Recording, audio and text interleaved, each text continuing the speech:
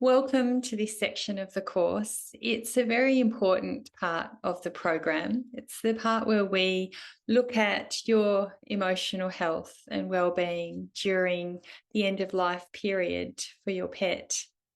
It may be a section that you think, oh, I just want to skip past because I'm only focused on my beloved pet. But believe me, taking care of your emotional needs and your physical needs will make you a better carer.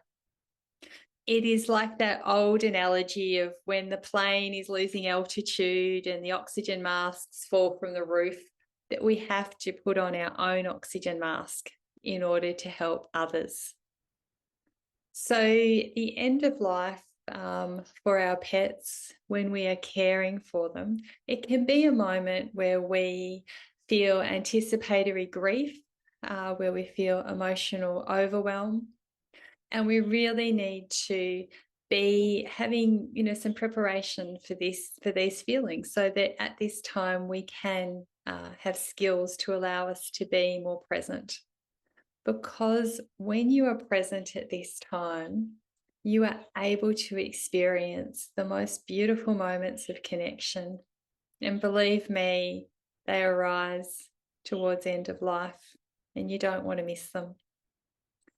Another important benefit of being present at this time is that you're able to more clearly focus. And this will help when you're putting together a palliative care plan. And we'll talk about palliative care plans in section 3. But from an emotional well-being point of view, if you are doing things to look after yourself, it does enable you to be more focused, which means that you can better communicate, because palliative care plans do take a lot of communication with vets and experts. It also is a time often when you need to learn new skills. So that might be, simply administering medication, but it can also be learning how to use new equipment, from wheelchairs to oxygen machines.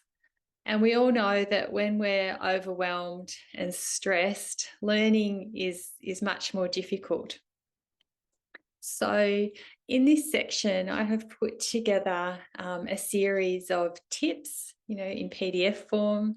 I've also produced a guided meditation program. And this is specifically for those who are caring for their beloved pet at the end of life.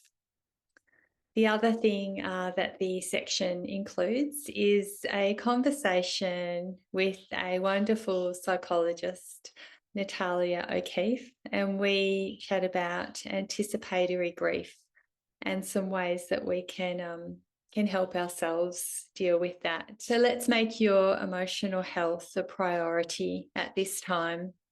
And saying this, I know that that is not always an easy thing to do, but the alternative is to run on autopilot and risk, missing those special moments, becoming sleep deprived and overwhelmed, and not being the best that you can be as a carer and advocate at this important part of your pet's life. So to help here, I have put together a series of tips, some are in PDF form.